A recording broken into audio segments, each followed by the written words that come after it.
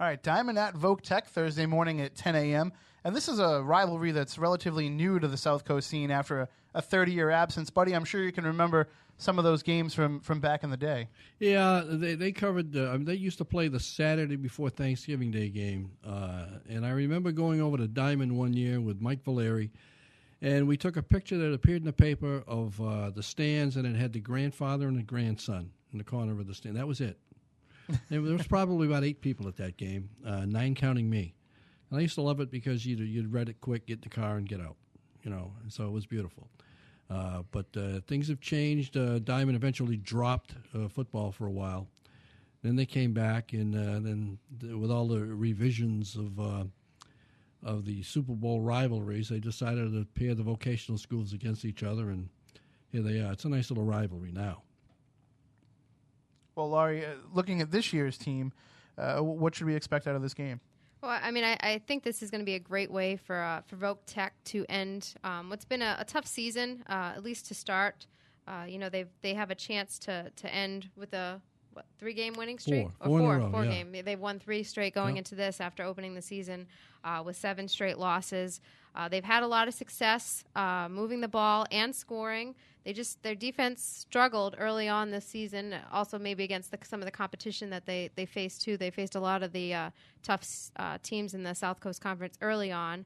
But I see this as a game where Voc-Tech, some of their players that have already set school records at the school, can add to a couple touchdowns to that. And Diman, they've struggled this year. They've only had two wins. So I see Voc-Tech maybe getting a little payback from last year's loss. I think it was 33-12. Diman beat Voc-Tech last year. Yeah, they were hammered last year, but there was no Drew Fournette quarterback, and it was. I think Jordan Burris may have been back, but he had missed 5 games with an injury, and he was just rounding into shape. But now that he's back, you've got 2 record setters, like you said, on that team. Fournette has the single season on career record and singles. No, he has a single season record for touchdowns. I think he'll end up his career as the all-time leader in touchdown passes as well. He's got another year. Yeah. But he has 15 touchdown passes. The record was 12.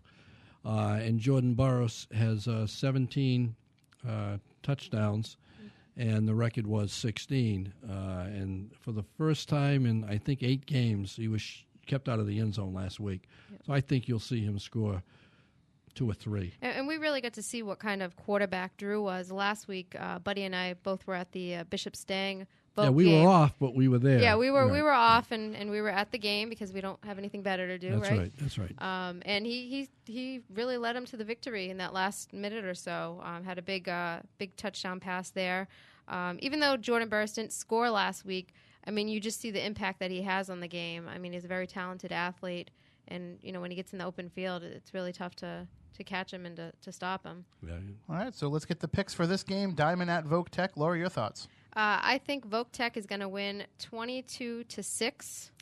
I have Voc-Tech winning 26-6 with Burris scoring on a run, pass reception, and kickoff return.